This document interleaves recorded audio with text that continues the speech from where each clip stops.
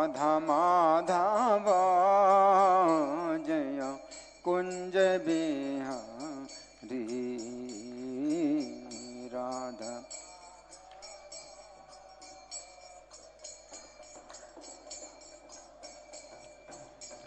जय गोपी जन वल्लभ जय गिरिवर धारी।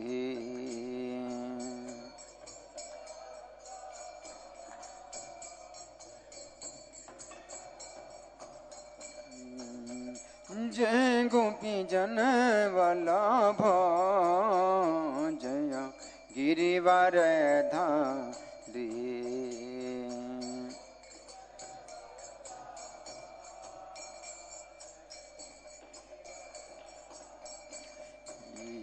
जय यशोदानंदन जय ब्रज जन रंजन।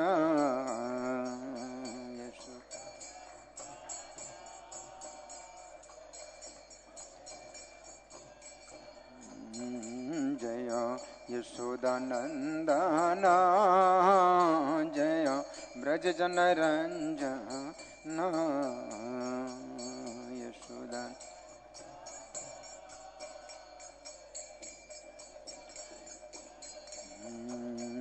जय यमुना तीरा बनचारी जय कुंज बिहारी।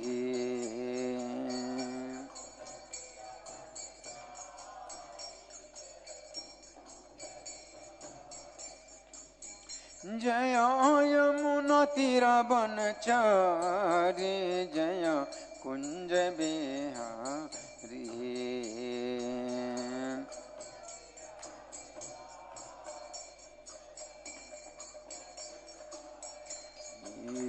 जय राधा माधव जय कुंज बिहारी।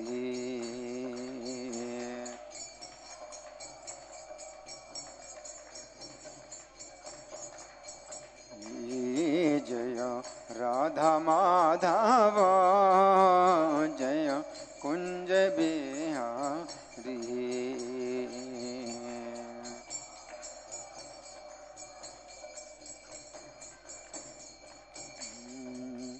नित्य गौर हरि बोल हरि बोल हरि बोल हरि बोल।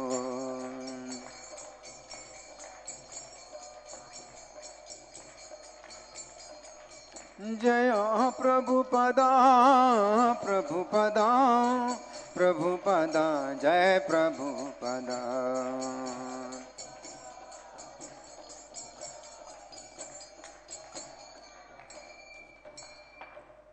सब लोग प्रणाम करें। जय ओम विष्णुपाद परमहंस परिव्राजकाचार्य अष्टोत्तर श्री श्रीमधिश डिवाइन ग्रेस अभय चरणारविंद भक्ति वेदांत स्वामी श्रील प्रभुपाद की जय। नित्य लीला प्रविष्ट इस्कॉन फाउंडर आचार्य saviour of the whole world Srila Prabhupada की जय। नामाचार्य हरिदास ठाकुर की जय। प्रेम से कहो श्री कृष्ण चैतन्य प्रभु नित्यानंद श्री अद्वैत गदाधर श्रीवासादि गौर भक्त वृंद की जय। श्री श्री राधा पार्थ सारथी ललिता विशाखा गोप गोपिका श्याम कुंड राधा कुंड गिरि गोवर्धन की जय। श्री श्री गौनिताय की जय। श्री श्री सीताराम लक्ष्मण हनुमान की जय। समवेत भक्त वृंद की जय। अनंत कोटि वैष्णव वृंद की जय। इस्कॉन वर्तमानाचार्य वृंद की जय। गौर Premanandi all glories to assembled devotees, all glories to assembled devotees, all glories to assembled devotees, all glories to Sri Guru and Gauranga। सब लोग मेरे पीछे बोले ओम नमो भगवते वासुदेवाय। ओम नमो भगवते वासुदेवाय। ओम नमो भगवते वासुदेवाय। ग्रंथराज श्रीमद् भगवद गीता यथारूप अध्याय 15। अध्याय का नाम है पुरुषोत्तम योग। श्लोक संख्या 7। सब लोग निकालिए, सबको मिल गया? मेरे पीछे बोले, ममेवांशो जीवलोके जीवभूता सनातनः मनः षष्ठानि इन्द्रियाणि प्रकृतिस्थानि कर्षति। ममेवांशो जीवलोके जीवभूता सनातनः मनः षष्ठानि इन्द्रियाणि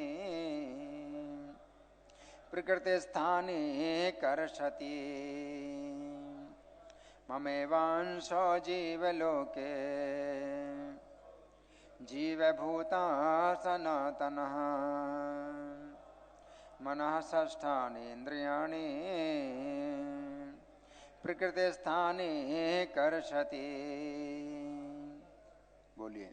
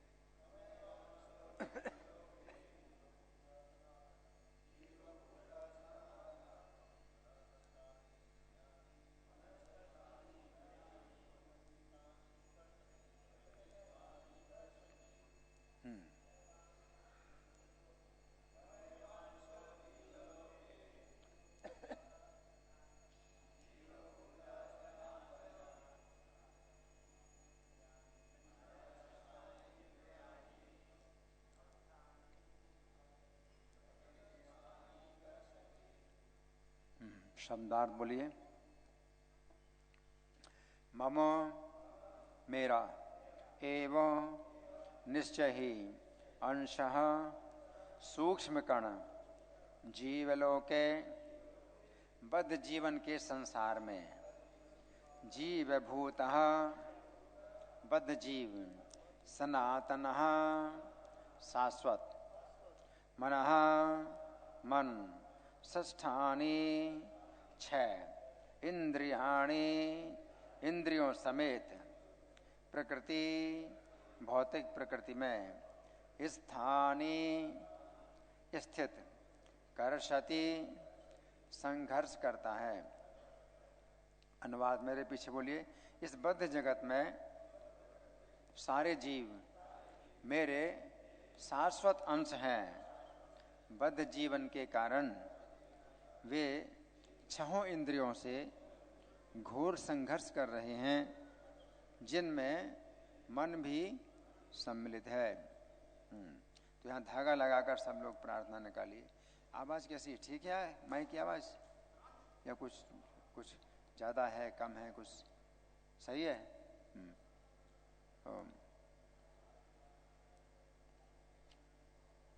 सब लोग मेरे साथ बोलें।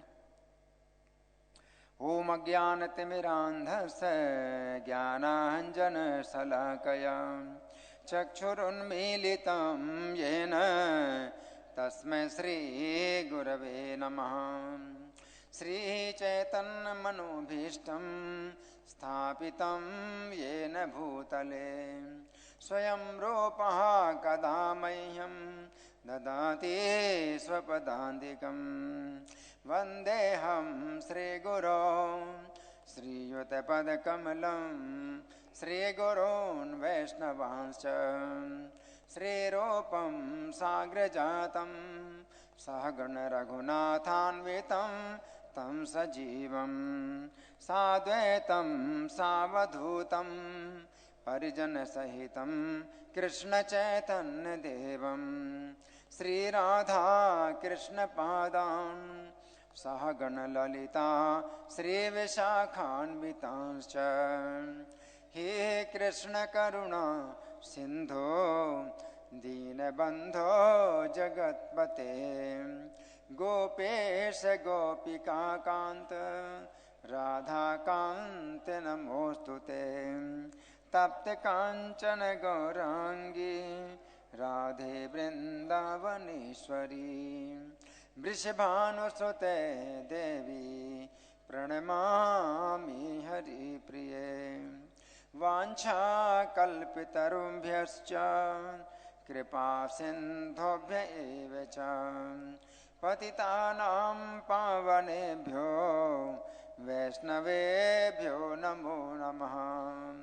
जय श्री कृष्ण चैतन्य प्रभो नित्यानंद श्री अद्वैत गदाधर श्रीवासादि गौर भक्त वृंद हरे कृष्णा कृष्ण कृष्ण हरे हरे हरे राम राम राम हरे हरे। नमो विष्णुपादाय कृष्णप्रेष्ठाय भूतले श्रीमते भक्तिवेदान्त स्वामिनिति नामिने नमस्ते सरस्वती देवे गौरवाणी प्रचारिणे निर्विशेषा शून्यवादी पाश्चात्य देश तारिणे। इस श्लोक फिर से निकालिए, इस श्लोक को समझेंगे। भगवान कह रहे हैं ममेव अंशो जीव लोके मम एव अंशा। भगवान क्या कह रहे हैं? ये जो जीव है ये मेरा ही अंश है, और किसी का नहीं है, मेरा ही अंश है, और कहीं से नहीं। जीव का जो है कोई और अलग से स्वतंत्र अस्तित्व नहीं है, ये जीव मेरा ही अंश है। और अंश का कार्य है अंशी की सेवा करना। जैसे कि ये मेरा हाथ है ना, तो ये जो है मेरे शरीर का अंश है ना, एक हिस्सा है। तो ये हाथ जो है क्या, इसका काम है शरीर की सेवा करना। शरीर में कहीं भी चोट लगे तो हाथ क्या करता है, बचाता है ना। तो ये हाथ का कार्य क्या है, शरीर की सेवा करना। कहीं खुजली हो रही तो ये हाथ खुजाता है, भूख लगी है तो हाथ भोजन देता है ना। कहीं चोट लगी है तो ये हाथ जो है पकड़ता है, रक्षा करता है, दवाई लगाता है। तो ये हाथ जो है, हाथ को जो है कुछ नहीं आशा करता। ये हाथ कुछ भी आशा नहीं करता कि बदले में से क्या मिलेगा, बदले में इसका अपना क्या फायदा है। ये हाथ कुछ नहीं सोचता, ये हाथ तो करता है ना। मान लो शरीर में चोट, सिर में चोट लगने वाली तो हाथ तुरंत उठता है। वो नहीं सोचता कि मुझे कुछ इसका फल मिलेगा, मजदूरी मिलेगी। क्या मजदूरी मिलेगी? चोट बचाता है। हाँ, हाथ चोट लेता है और सिर की जो है चोट को बचाता है। तो हाथ नहीं सोचता कि मुझे कुछ मजदूरी मिलेगी, इसका जो है कुछ पेमेंट मिलेगा, तनख्वाह मिलेगी। अपना कुछ स्वार्थ नहीं सोचता है ना। तो भगवान क्या कह रहे हैं कि जीव जो है उनका अंश है, यानी उसका कार्य है उनकी भगवान की सेवा करना। ये जीव का स्वाभाविक कार्य है। इसमें कोई ये भाव नहीं है कि इसे को क्या मिलेगा, अपने को क्या मिलेगा, ये भाव नहीं है। जीवेर स्वरूप हो कृष्णेर नित्यदास। उसको चैतन्य भगवान जो है सरल शब्द में कहते हैं कि जीव का स्वरूप है कृष्ण का नित्यदास। नित्यदास, इसमें वो चीज़ नहीं है कि भाई नौकरी आप करोगे तो हमेशा सोचते हो कि हम नौकरी करेंगे यहाँ तो हमें कितना तनख्वाह मिलेगी, और फिर ओवर टाइम कितना मिलेगा, है ना, फिर बोनस क्या है, तो कुछ नहीं। ये जीव का जो है जो कार्य है वो कृष्ण की सेवा करना है, इसमें कोई ऐसा विचार ही नहीं है कि अपने को क्या मिलेगा, है ना। तो भगवान कह रहे हैं ममे वांसो जीव लोके जीव भूता सनातना, और फिर अंश कैसा है, सनातन अंश है, सनातन अंश है, सनातन सेवक, सनातन रूप में सेवक है। इस भौतिक संसार में हमेशा सेवा नहीं होती है। अक्सर ये होता है कि जो पहले नौकर था वो आगे चल करके बॉस बन जाता है, मालिक बन जाता है, और उसके अंडर में और कई लोग काम करने लगते हैं, प्रमोशन हो जाता है। लेकिन यहाँ जीव का कोई प्रमोशन नहीं है, वो सनातन अंश है। कृष्ण हमेशा उसके स्वामी हैं और जीव हमेशा उनका दास। तो जो सनातन है उसी को श्री चैतन्य भगवान कहते हैं क्या, जीव नित्य दास, नित्य सनातन और नित्य अंश यानी दास। तो सनातन अंश, और वहाँ श्री चैतन्य कहते हैं नित्य दास, कृष्णेर नित्य दास। यहाँ मम मेरा, तो श्री चैतन्य कहते कृष्ण का, तो मेरा अंश है, सनातन अंश है। और चैतन्य चरितामृत में कहा गया है कि जीव कृष्ण का नित्य दास है, तो नित्य दास है, और इसमें उसकी पूरी संतुष्टि है, इसमें जीव की पूरी संतुष्टि है कि मैं कृष्ण की सेवा करूं, है ना। इसमें वो चीज नहीं है कि कोई दूसरे प्रकार का सुख जीव को मिलता है, सेवा में ही सुख मिलता है, कृष्ण की सेवा में ही सुख मिलता है। तो यहाँ भगवान कह रहे हैं ममे वांस जीव लोके जीव भूता सनातन मना षष्ठानी इंद्रियाणी प्रकृति स्थानी कर सती, है ना। लेकिन कृष्ण की सेवा को छोड़ करके ये जीव मालिक बनना चाहता है, तो क्या करता है, मन और 5 इंद्रियां यानी 6 को जो है ये अपनी सेवा में खींचता है, अपनी सेवा में खींचता है।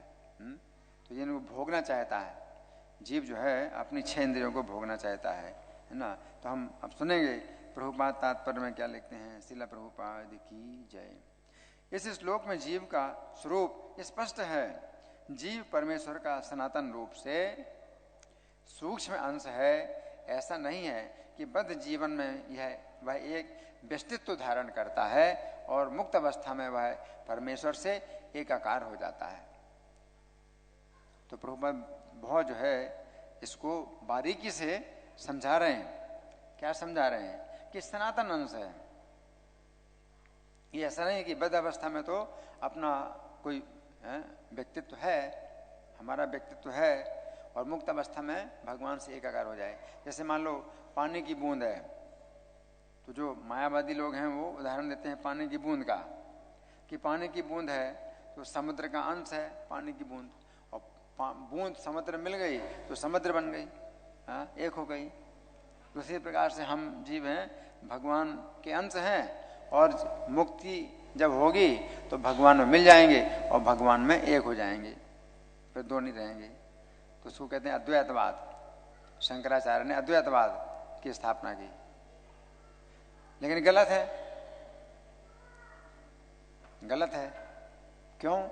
क्योंकि जो जीव है, जो बूंद है, पानी की बूंद है, वो समुद्र का अंश जरूर है, लेकिन सनातन अंश नहीं है, सनातन अंश नहीं है। बूंद पहले भी बूंद के रूप में नहीं थी, वो समुद्र में थी, और समुद्र से फिर जो है बादल बने और फिर वर्षा हुई तो बूंद के रूप में आ गई। तो बूंद थोड़ी सनातन है, ना वो पहले बूंद थी और ना आगे चल करके बूंद रहेगी, है ना। तो वो बूंद तो जो है अपना बदलता रहता है ना, भाप बन जाती है, फिर पानी बन जाती है, फिर पानी में मिल जाती है। तो ये बूंद जो है एक ऐसी चीज नहीं है कि आप कहें कि सनातन अंश, सनातन अंश नहीं है बूंद, ये तो जड़ वस्तु है। जो जीव है तो ये चेतन है,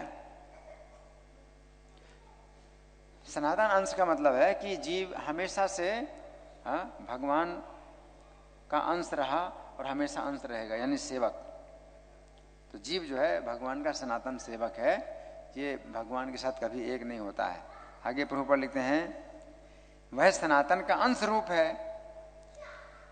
यहां पर स्पष्टतः सनातन कहा गया है। वेद वचन के अनुसार परमेश्वर अपने आप को असंख्य रूपों में प्रकट करके विस्तार करते हैं, जिनमें से व्यक्तिगत विस्तार विष्णु तत्व कहलाते हैं और गौण विस्तार जीव कहलाते हैं, है ना। तो दो प्रकार के अंश हैं भगवान के, एक स्वांश और दूसरे भिन्नांश, है ना। तो स्वांश क्या है? विष्णु तत्व, है ना। जैसे क्षीरोदकसाय विष्णु, गर्भोदकसाय विष्णु, कारणोदकसाय विष्णु, वैकुंठ में भी विष्णु, हाँ, और जितने वैकुंठ हैं उतने विष्णु हैं। तो ये सब जो है भगवान के स्वांश हैं। लेकिन जो जीव हैं वो क्या है? भिन्नांश। तो जीव भिन्नांश है। जो विष्णु तत्व हैं वो सब माया के स्वामी हैं, अलग अलग वैकुंठों में रहते हैं और कृष्ण रहते हैं गोलोक धाम में, लेकिन कोई अंतर नहीं है, हा? सभी अंतर्यामी हैं, हा? और सभी के पास अनंत शक्ति हैं, तो कोई अंतर नहीं है विष्णु में और कृष्ण में, हा? लेकिन जो जीव है वो क्या है? भिन्न अंश है, भिन्न अंश है।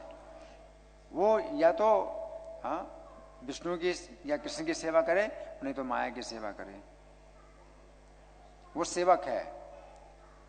लेकिन जो कृष्ण है और उनके स्वांश हैं वे सब स्वामी हैं, वे सभी स्वामी हैं और माया के स्वामी हैं। लेकिन जितने भी जीव हैं वो या तो कृष्ण के सेवा करेंगे या माया की सेवा करेंगे। आगे प्रभुपाद लिखते हैं,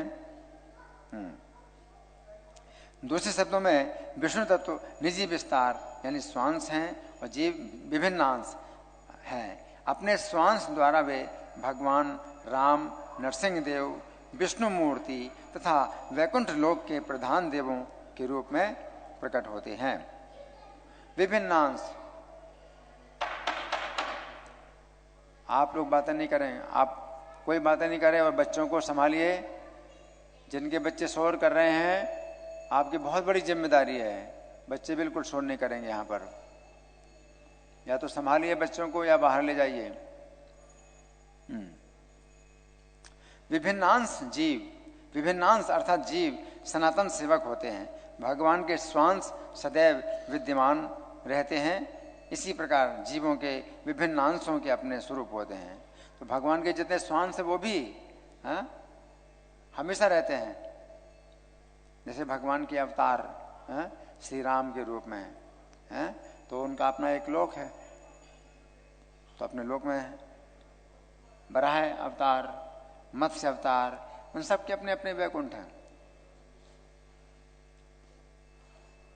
और प्रत्येक जीव का जो है भगवान के किसी न किसी रूप के साथ अपना संबंध है।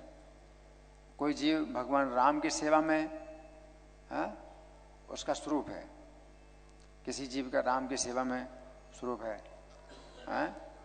किसी जीव का स्वरूप है मत्स्य भगवान की सेवा में है, मत्स्य भगवान का वैकुंठ है। किसी जीव का स्वरूप बराह भगवान के साथ है। तो भगवान के जितने भी रूप हैं वो सब सच्चिदानंद है। सत माने सनातन और चित माने ज्ञान और आनंद, परम सुख, पूर्ण सुख है। तो कोई अंतर नहीं है। लेकिन जो जीव है तो ये जो है कभी स्वामी नहीं बन सकते हैं। आगे प्रभुपाद लिखते हैं, इसी प्रकार जीवों के विभिन्न अंशों के अपने स्वरूप होते हैं। परमेश्वर के विभिन्न अंश होने के कारण जीवों में भी उनके आंशिक गुण पाए जाते हैं, जिनमें से स्वतंत्रता एक है। तो भगवान परम स्वतंत्र हैं, भगवान परम स्वतंत्र हैं, है ना। तो अंश होने के कारण जीव में भी आंशिक स्वतंत्रता है। अब आंशिक स्वतंत्रता केवल इतनी ही है कि या तो हम भगवान की सेवा करें या माया की सेवा करें, इससे ज्यादा स्वतंत्रता नहीं है ना। और भगवान जीव की स्वतंत्रता में बाधा नहीं डालते हैं। भगवान जीव की स्वतंत्रता में बाधा नहीं डालते हैं। तो जीव जो है अपनी स्वतंत्रता का दुरुपयोग करता है तो माया की सेवा में आ जाता है।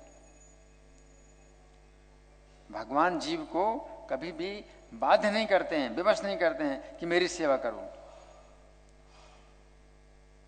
और इस कारण से जीव अपनी स्वतंत्रता का दुरुपयोग करता है और भगवान की सेवा छोड़ करके इस भौतिक संसार में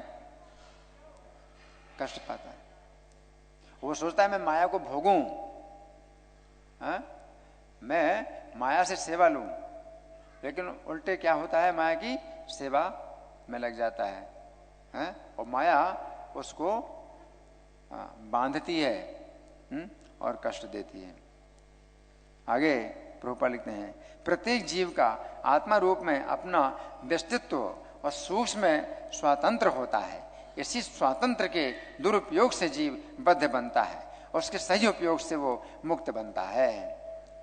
तो प्रत्येक जीव की अपनी स्वतंत्रता है और उसी स्वतंत्रता का आप उपयोग करें या दुरुपयोग करें, आपका अधिकार। इसलिए बहुत लोग ये आरोप लगाते हैं भगवान के ऊपर कि ये भौतिक भगवान ने संसार क्यों बनाया, भगवान ने भौतिक संसार क्यों बनाया, है ना, और ये इसमें इतना कष्ट है, ये सब भगवान ने ही ये सब दुख बनाए हैं, ये भगवान ही सब जीवों को दुख दे रहे हैं। तो बहुत लोग इस प्रकार की शिकायत करते हैं, लेकिन वे जानते नहीं, इस बात को समझते नहीं है कि भगवान चूंकि प्रेम करते हैं प्रत्येक जीव से, इसलिए वे जीव के ऊपर ये बंधन नहीं डालते हैं कि मेरे सेवा करो।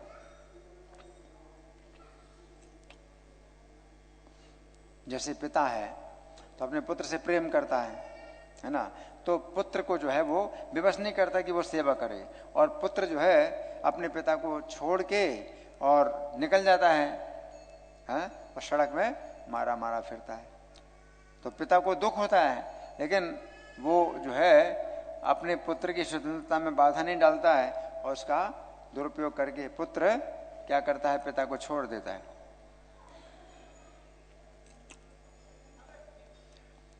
तो इसमें क्या कमी है पिता की? पिता क्या प्रेम है, और प्रेम में ही यही कमी होती है।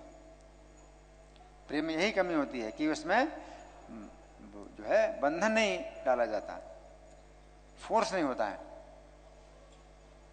प्रेम में स्वतंत्रता होती है।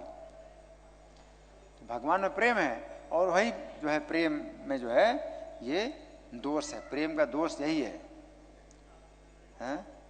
मैं आपसे प्रेम करता हूं तो मैं आपको फोर्स नहीं करूंगा कि आप मेरी सेवा करो।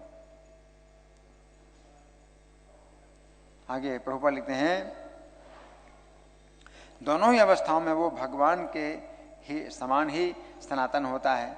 मुक्त अवस्था में वो इस भौतिक अवस्था से मुक्त रहता है और भगवान की दिव्य सेवा में निरत रहता है। बद्ध जीवन में प्रकृति के गुणों द्वारा अभिभूत होकर वह भगवान की दिव्य प्रेमा भक्ति को भूल जाता है। फलस्वरूप उसे अपनी स्थिति बनाए रखने के लिए इस संसार में अत्यधिक संघर्ष करना पड़ता है।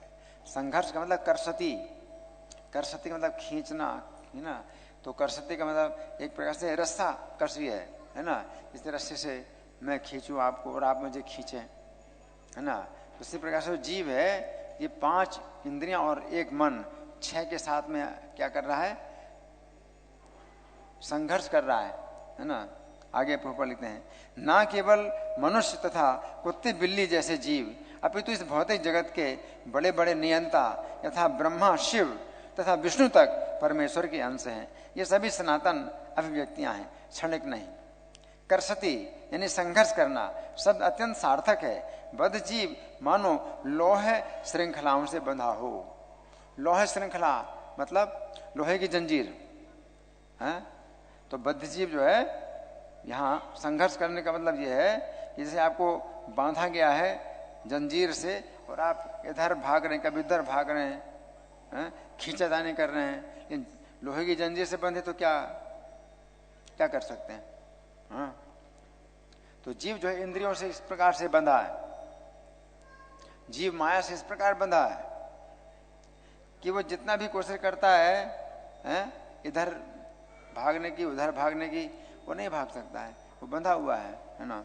आगे प्रभुपाद लिखते हैं, वो मिथ्या अहंकार से बंधा रहता है और मन मुख्य कारण है जो उसे इस भवसागर की ओर धकेलता है। जब मन सतोगुण में रहता है तो उसके कार्यकलाप अच्छे होते हैं, जब रजोगुण में रहता है तो उसके कार्यकलाप कष्टकारक होते हैं, और जब वह तमोगुण में होता है तो वह जीवन की निम्न योनियों में चला जाता है। लेकिन इस श्लोक से ये स्पष्ट है कि बद्ध जीव मन तथा इंद्रियों समेत भौतिक शरीर से आवृत है। जीव जो है इस शरीर के अंदर बंधा हुआ है और मन और 6 इंद्रियां उसको क्या करती हैं? बांधे हुए हैं। और जब वह मुक्त हो जाता है तो यह भौतिक आवरण नष्ट हो जाता है, लेकिन उसका आध्यात्मिक शरीर अपने विस्तृत रूप में प्रकट होता है। तो जब जीव मुक्त होता है तो उसका आध्यात्मिक शरीर विकसित हो जाता है, आध्यात्मिक शरीर विकसित हो जाता है और उसका अपना एक स्वरूप है। स्त्री भी हो सकता है या पुरुष भी हो सकता है। तो आध्यात्मिक जगत में आप स्त्री हो सकते हैं या आप पुरुष भी हो सकते हैं। आध्यात्मिक जगत में आपका जो कोई भी स्वरूप हो सकता है। गोलोक धाम में तो कृष्ण के सखा भी हैं, तो कोई सखा बन सकता है भगवान का संगी, और कोई भगवान की सखियाँ, कुछ सखी भी बन सकती हैं। कुछ लोग माता के समान हैं, कोई लोग पिता के समान हैं। तो सभी अवस्थाएं, कोई भी अवस्था हो सकती है आपकी। आपकी जो है बच्चे की अवस्था हो सकती है, आपकी बूढ़े की अवस्था भी हो सकती है, लेकिन मृत्यु नहीं है। जो बूढ़े भी हैं, जैसे नंद महाराज बूढ़े हैं, लेकिन मृत्यु नहीं है वहां, उसी अवस्था में हमेशा रहते हैं, है ना। जो जिनकी अवस्था बच्चे की है वो उसी अवस्था में हमेशा रहते हैं। बच्चे कोई जवान नहीं होते कभी, कोई जो जवान है वो बूढ़े नहीं होते हैं। जो बूढ़े हैं उनकी मृत्यु नहीं होती, उसी अवस्था में रहते हैं। तो प्रत्येक जीव की अपनी जो है एक अपना एक स्वरूप है। तो जब इस भौतिक शरीर से आप मुक्त होते हैं तो अपना आध्यात्मिक शरीर प्रकट हो जाता है। तो कृष्ण के सखा के रूप में आप सेवा कर सकते हैं उनकी, या कृष्ण के जो है माता हैं या पिता हैं, अनेक प्रकार के जो स्वरूप हैं। आगे प्रभुपाद लिखते हैं, माध्यान देनायन श्रुति में ये सूचना प्राप्त है, सवा एस ब्रह्मनिष्ठ इदम शरीरम मर्त्यम अतिसृज्य ब्रह्माभिसंपद्य ब्रह्मणा पश्यति ब्रह्मणा शृणोति ब्रह्मणा वेदम सर्वम अनुभवति। यहाँ पर बताया गया है, यहाँ ये बताया गया है कि जब जीव अपने इस भौतिक शरीर को त्यागता है और आध्यात्मिक जगत में प्रवेश करता है तो उसे पुनः आध्यात्मिक शरीर प्राप्त होता है, जिससे वो भगवान का साक्षात्कार कर सकता है। ये उनसे आमने सामने बोल सकता है और सुन सकता है तथा जिस रूप में भगवान है उन्हें समझ सकता है। तो भगवान की प्रत्यक्ष संगति मिलती है, आध्यात्मिक जगत में भगवान की प्रत्यक्ष संगति मिलती है। आध्यात्मिक जगत में प्रत्येक जीव को जो है भगवान के साथ प्रत्यक्ष संबंध होता है। स्मृति से भी ये ज्ञात होता है, वसंत यत्र पुरुषा सर्वे वैकुंठ मूर्ति।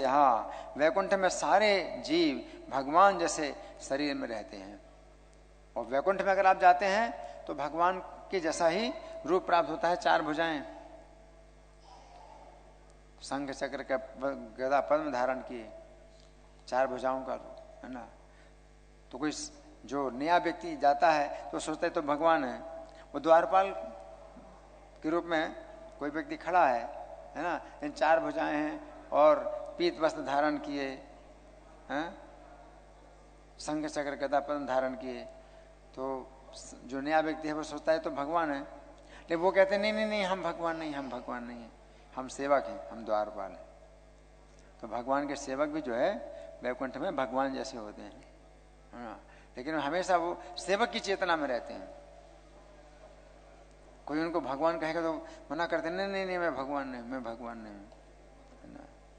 किसी के अंदर 10 सूर्यों का तेज है, किसी के अंदर 100 सूर्यों का तेज है ना, इतना तेज, लेकिन आप उनको जो है भगवान कहें, हाथ जोड़े प्रणाम करें, बोले नहीं नहीं नहीं नहीं, मैं भगवान नहीं हूँ, मैं भगवान नहीं हूँ, है ना। यहाँ पर क्या बुरा हाल हो रहा है ना, दांत में दर्द होता है तो डॉक्टर के पास जाते हैं और अपनों को भगवान कह रहे हैं। वहां पर जो है भगवान जैसे सब रहते हैं, लेकिन किसी चेतना उनकी सेवक की चेतना है कि हम सेवक हैं, है ना। तो हाँ, प्रभुपाद लिखते हैं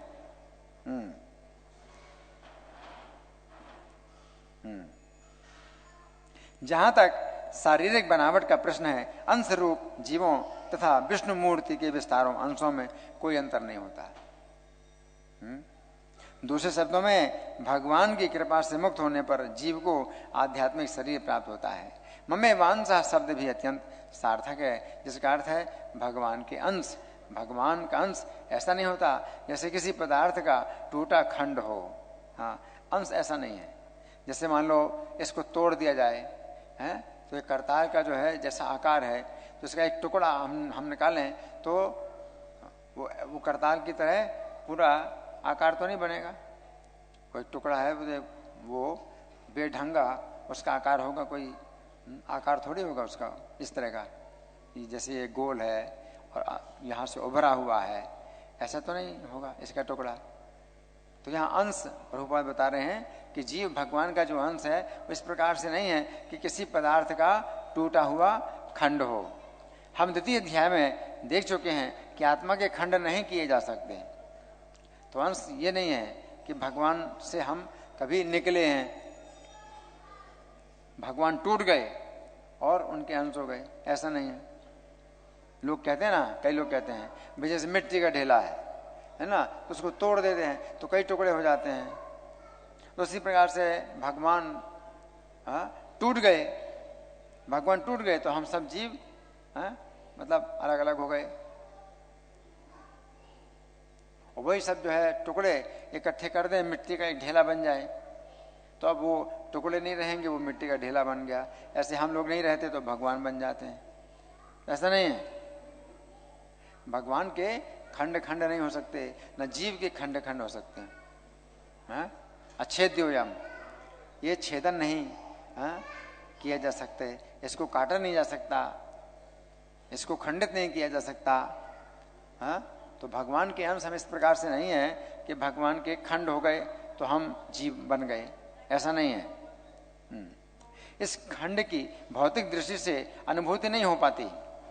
ये पदार्थ की भांति नहीं है जिसे चाहो तो कितने ही खंड कर दो, उन्हें पुनः जोड़ दो। पदार्थ की तरह थोड़ी है ना। जैसे इसका हमने 10 टुकड़े किए, फिर एक एक टुकड़े के और टुकड़े कर दें तो जो है 20 टुकड़े हो जाएंगे, फिर 100 टुकड़े हो जाएंगे, 1000 टुकड़े हो जाएंगे इसके। तो ऐसे थोड़ी है कि जीव जो है भगवान के टूटे हुए कुछ खंड हों, ऐसा नहीं है। तो प्रभुपाद लिखते हैं ऐसी विचारधारा यहाँ पर लागू नहीं होती, क्योंकि संस्कृत के सनातन शब्द का प्रयोग हुआ है। विभिन्न अंश सनातन हैं। द्वितीय अध्याय के प्रारंभ में ये भी कहा गया है कि प्रत्येक व्यक्ति के शरीर में भगवान का अंश विद्यमान है। देहिनोस्मिन् यथा देहे, वो अंश जब शारीरिक बंधन से मुक्त हो जाता है तो आध्यात्मिक आकाश में वैकुंठ लोक में अपना आदि आध्यात्मिक शरीर प्राप्त कर लेता है, जिससे वह भगवान की संगति का लाभ उठाता है। तो हम भगवान के अंश कैसे हैं कि हमारे अंदर भी वो सब पूर्णता है जैसे भगवान में है। अंश का मतलब यह है कि हमारे अंदर भगवान की जो शक्तियां हैं वो आंशिक रूप में रहती हैं, लेकिन सब शक्तियां हमारे पास भी हैं। तो भगवान के जैसे इंद्रियां हैं तो हमारी भी इंद्रियां हैं। जो इंद्रियां भगवान की हैं तो वो इंद्रियां हमारे भी हैं। भगवान के जो शरीर के अंग हैं हमारे अंदर भी, हमारे भी शरीर के अंग हैं। अलग अलग अंश हैं, अंग है। तो हर चीज में पूर्णता है, लेकिन वो क्या है? अंश। अंश, आंशिक रूप में हमारे अंदर भी हर चीज है जो भगवान में है, ऐसे अंश है ना। जैसे मान लो कई बार हीटर का ही जो है एक दूसरा नमूना बनाया जा सकता है, जो इतने छोटा साइज का हो हीटर, तो उसको भी आप जब लगाएंगे बिजली में तो वो भी गर्मी देगा, लेकिन थोड़ी गर्मी देगा, ये ज़्यादा गर्मी दे रहा है ना। तो इसी प्रकार से हर चीज, वो छोटा सा जो हीटर है नमूना, तो उसमें भी सब कुछ होगा, ये भी जाली होगी, ये भी एलिमेंट होगा, उसका भी स्विच होगा, सब कुछ होगा, ये छोटी साइज का हीटर मान लो बन गया। तो उसी प्रकार से हम लोग भगवान के जो अंश हैं उसी प्रकार से हैं। जैसे पिता का पुत्र अंश, तो पुत्र में भी जो है पूरा शरीर है, लेकिन पिता का शरीर जैसे विकसित है उतना विकसित नहीं है, लेकिन पुत्र में भी सब कुछ है, उसका भी मुंह है, उसकी भी आंखें हैं कि नहीं। तो इसी प्रकार से जीव जो है भगवान के जो है तरह पूर्ण है, लेकिन वो पूर्णता आंशिक है। आगे प्रभुपाद लिखते हैं, किंतु ऐसा समझा जाता है कि जीव भगवान का अंश होने के कारण गुणात्मक दृष्टि से भगवान के ही समान है, जिस प्रकार स्वर्ण के अंश भी स्वर्ण होते हैं। तो यहाँ प्रभुपाद का तात्पर्य समाप्त हुआ। अब हम सुनेंगे श्री भगवान ने कहा में इसकी काफी विस्तृत व्याख्या है। पिछले श्लोक में श्री कृष्ण ने बताया था कि जो लोग उनके परम धाम में जाते हैं वे इस भौतिक संसार में वापस नहीं आते। उस समय अर्जुन के मन में प्रश्न उठा। श्री कृष्ण ने यह बात तो बताई है कि जो लोग उनके परम धाम में जाते हैं वे इस भौतिक संसार में वापस नहीं आते हैं, परंतु इस भौतिक संसार में जितने जीव हैं उनका असली स्थान कौन सा है? यदि उनका असली स्थान श्री कृष्ण का परम धाम है तो वे इस भौतिक संसार में क्यों आए? अर्जुन के मन में ये प्रश्न उठा। अर्जुन ने बोला नहीं है, अर्जुन के मन में प्रश्न उठा ना। अंतर्यामी होने के कारण श्री कृष्ण अर्जुन के प्रश्न को समझ गए। अतः उन्होंने इस श्लोक में बताया है कि इस भौतिक संसार में रहने वाला प्रत्येक जीव श्री कृष्ण का ही सनातन अंश अर्थात सनातन सेवक है, परंतु वो श्री कृष्ण की सेवा को छोड़कर इस भौतिक संसार में मन सहित 5 इंद्रियों को भोगने का प्रयास कर रहा है। तो श्लोक की प्रथम पंक्ति के शब्द हैं मम एव अंशः जीवलोके जीवभूतः सनातनः, अर्थात इस संसार में जीव के रूप में मेरा ही सनातन अंश है। तो यहां पर श्री कृष्ण कह रहे हैं कि जीव लोक में जीवभूत श्री कृष्ण का ही सनातन अंश है। तो श्री कृष्ण इस भौतिक जगत को जीवलोक कह रहे हैं। ऐसा क्यों? जिस समय जीव श्री कृष्ण के धाम में श्री कृष्ण की सेवा में रत था उस समय उसने श्री कृष्ण से स्वतंत्र होकर सुख भोगने की इच्छा की। ऐसी स्थिति में वो इस भौतिक जगत में आया जहां पर सभी जीव उसी की तरह श्री कृष्ण से स्वतंत्र होकर सुख भोगना चाहते हैं। तो ये स्थान क्या है? जीवलोक। परंतु वास्तव में दुख भोग रहे हैं। इस प्रकार ये भौतिक जगत ऐसे मूर्ख जीवों का लोक है जो इस दुख के स्थान में सुख भोगने की आशा करते हैं। जो श्री कृष्ण का परम धाम है वो जीवलोक नहीं है, वो कृष्ण लोक है जहां पर सुख ही सुख है। तथा ये जो भौतिक जगत है ये कृष्ण लोक नहीं है बल्कि जीवलोक है जहां पर दुख ही दुख है। यहां पर श्री कृष्ण कह रहे हैं कि जीवलोक में जीवभूत श्री कृष्ण का ही सनातन अंश है। जीवभूत शब्द में जो भूत शब्द है उसका अर्थ है जो हो चुका है। इस प्रकार जीवभूत शब्द का अर्थ हुआ ऐसा व्यक्ति जो जीव भाव में आ चुका है। तो यहाँ पर श्री कृष्ण कह रहे हैं कि जितने भी जीव हैं वे सदा जीव के ही भाव में रहते हैं अथवा जीव की ही स्थिति में रहते हैं, वे कभी भी ईश्वर की स्थिति में नहीं आ सकते हैं। जिस प्रकार ईश्वर श्री कृष्ण सभी के हृदय में स्थित हैं उस पर कोई भी जीव ऐसा नहीं कर सकता। कोई भी जीव सबके हृदय में स्थित नहीं हो सकता। जीव किसी एक ही शरीर में रह सकता है तथा यदि वो दूसरे शरीर में जाता है तो उसे पहला शरीर छोड़ना पड़ता है। इस प्रकार प्रत्येक जीव जीवभूत है, ईश्वर भूत नहीं है। अब यदि जीवभूत शब्द को स्त्रीलिंग में बदला जाए तो जीव भूता शब्द बनता है। तो श्री कृष्ण गीता 7:5 में जीव के लिए स्त्रीलिंग में जीव भूता शब्द का प्रयोग करते हैं। उक्त श्लोक में श्री कृष्ण कहते हैं कि जीव भूता उनकी परा प्रकृति है। यहाँ पर श्री कृष्ण कह रहे हैं कि जीव भूत उनका अंश है, तथा उक्त श्लोक में श्री कृष्ण कहते हैं कि जीव भूता उनकी प्रकृति है। वास्तव में जीव श्री कृष्ण की प्रकृति है, जिसका कार्य है श्री कृष्ण के आश्रित रहना। परंतु इस भौतिक जगत में ये प्रकृति पुरुष अर्थात स्वतंत्र बनना चाहती है, इसलिए यहाँ पर श्री कृष्ण जीव के लिए पुरुषवाचक शब्द जीव भूत का प्रयोग कर रहे हैं। यदि गहराई से विचार किया जाए तो जीव श्री कृष्ण की तटस्था प्रकृति है। तटस्था शब्द का अर्थ है ऐसी वस्तु जो तट पर स्थित हो। जो व्यक्ति नदी के तट पर स्थित होता है उसकी दो प्रकार की संभावनाएं होती हैं। पहली संभावना यह है कि वो नदी के तट से जमीन में आ जाए तथा सुरक्षित हो जाए, तथा दूसरी संभावना यह है कि वो नदी की धार में बह जाए। तट पर स्थित व्यक्ति के पास ये स्वतंत्रता होती है, यदि वो अपनी स्वतंत्रता का सदुपयोग करता है तो वो सुरक्षित हो जाता है, तथा यदि वह अपनी स्वतंत्रता का दुरुपयोग करता है तो वो नदी की धार में बह जाता है। तो यहाँ पर श्री कृष्ण कह रहे हैं कि इस भौतिक जगत में जितने भी जीव हैं वे यद्यपि श्री कृष्ण की प्रकृति हैं, परंतु पुरुष बनने की चेष्टा कर रहे हैं, अर्थात श्री कृष्ण से स्वतंत्र होकर सुखी होने की चेष्टा कर रहे हैं। परंतु प्रत्येक स्थिति में वे जीव भूत हैं, अर्थात जीव की स्थिति में है, ईश्वर की स्थिति में नहीं है। तो यहाँ पर श्री कृष्ण कह रहे हैं कि प्रत्येक जीव उनका सनातन अंश है। अंश शब्द का विपरीत शब्द है पूर्ण है। इसका अर्थ है कि श्री कृष्ण पूर्ण पुरुष हैं, परंतु जीव पूर्ण नहीं है, जीव अंश है। अब श्री कृष्ण जीव के लिए केवल इतना ही नहीं कह रहे हैं कि जीव उनका अंश है, नहीं, श्री कृष्ण यहाँ पर कह रहे हैं कि जीव उनका सनातन अंश है। सनातन अंश का अर्थ है कि जीव श्री कृष्ण का अंश पहले भी था, इस समय है, तथा आगे चलकर भी रहेगा। ये जीव श्री कृष्ण का अंश उस प्रकार का नहीं है जिस प्रकार जल की बूंद समुद्र का अंश होती है। जल की बूंद समुद्र का अंश अवश्य होती है, परंतु ये सनातन अंश नहीं होती है। जिस समय समुद्र में मिल जाती है उस समय समुद्र के साथ एक हो जाती है। तो जीव इस प्रकार श्री कृष्ण का अंश नहीं है कि ये पहले श्री कृष्ण के साथ एक था, अभी श्री कृष्ण से अलग हो गया है, तथा आगे चलकर ये पुनः श्री कृष्ण के साथ एक हो जाएगा। ऐसा नहीं है। जीव श्री कृष्ण का सनातन अंश है। जीव का व्यक्तित्व सदा अलग है। जीव या तो माया की सेवा करता है या श्री कृष्ण की सेवा करता है, परंतु जीव का व्यक्तित्व कभी नष्ट नहीं होता। इस बात की स्थापना श्री कृष्ण गीता के 2 अध्याय के अनेक श्लोकों में कर चुके हैं।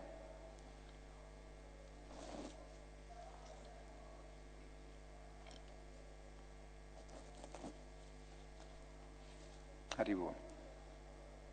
इस श्लोक की दूसरी पंक्ति में भगवान कहते हैं ये जीव मन के सहित 6 इंद्रियों को खींचता है।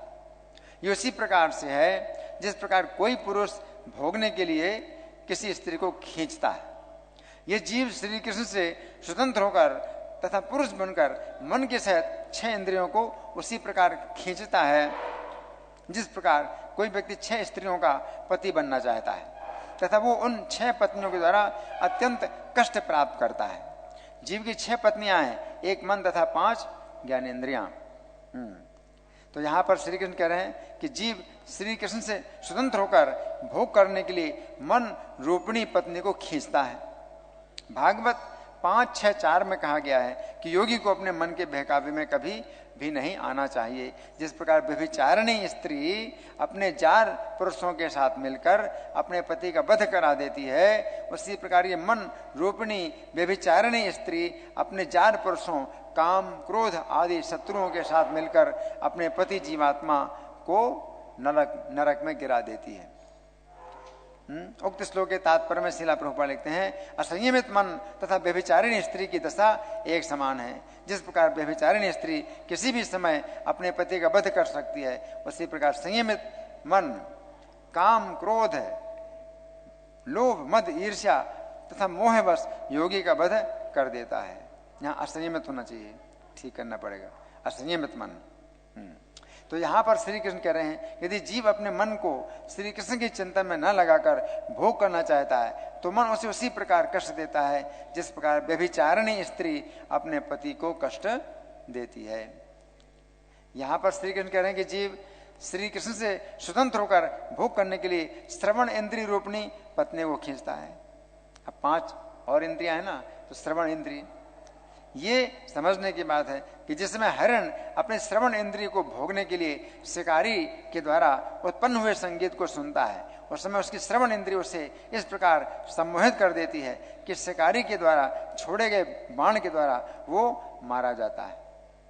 हरण की श्रवण इंद्रिय उसको सम्मोहित कर देती है। हरण जो है श्रवण इंद्रिय से जो उसने संगीत सुना तो उसमें इतना सम्मोहित हो जाता है कि शिकारी सामने बाण मारता है और हरण मारा जाता है।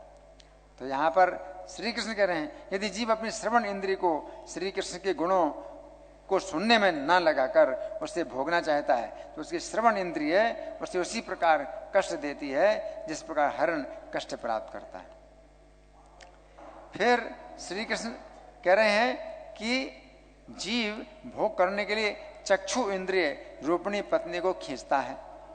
ये समझने की बात है कि जिसमें पतंगा अपने चक्षु इंद्रिय को भोगने के लिए अग्नि के सुंदर रूप की ओर जाता है, उस समय उसकी चक्षु इंद्रिय उसे इस प्रकार सम्मोहित कर देती है कि वो अग्नि में जलकर भस्म हो जाता है।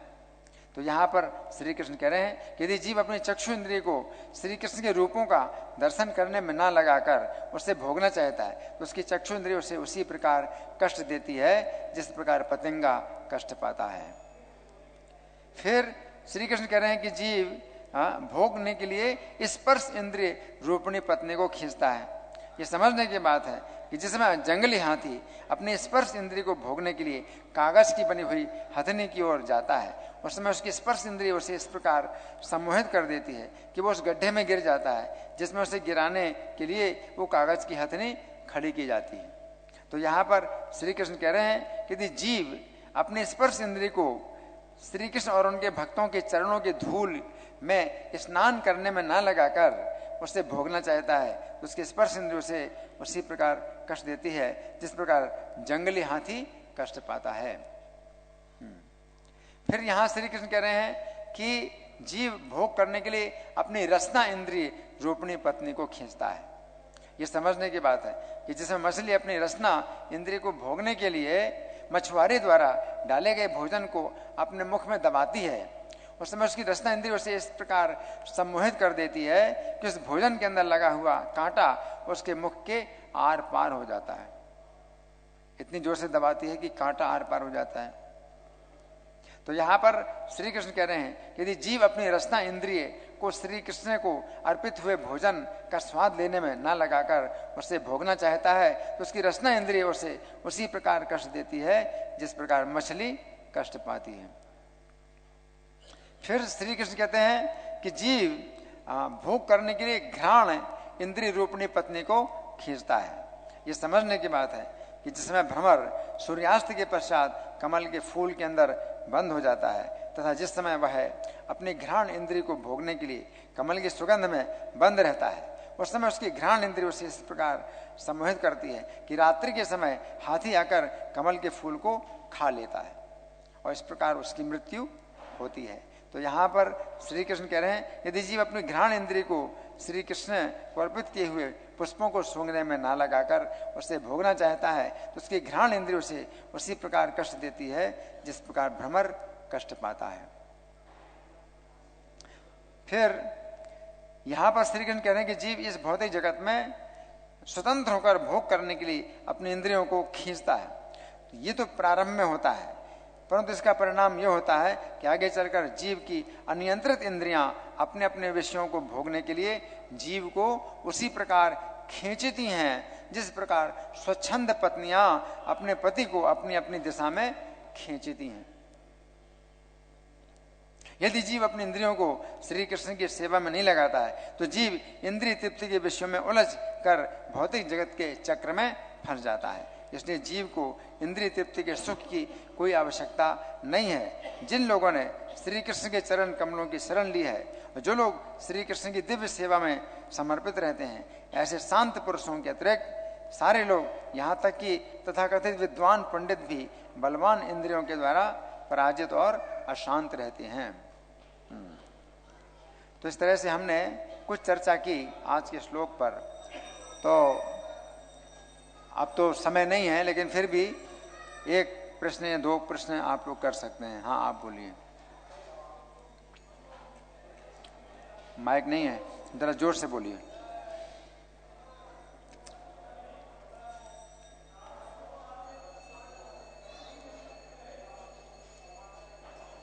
क्या है?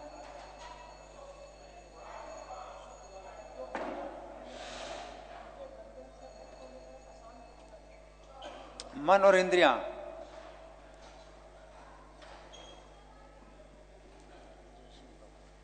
मन और इंद्रियों से मुक्त होने का आसान तरीका क्या है?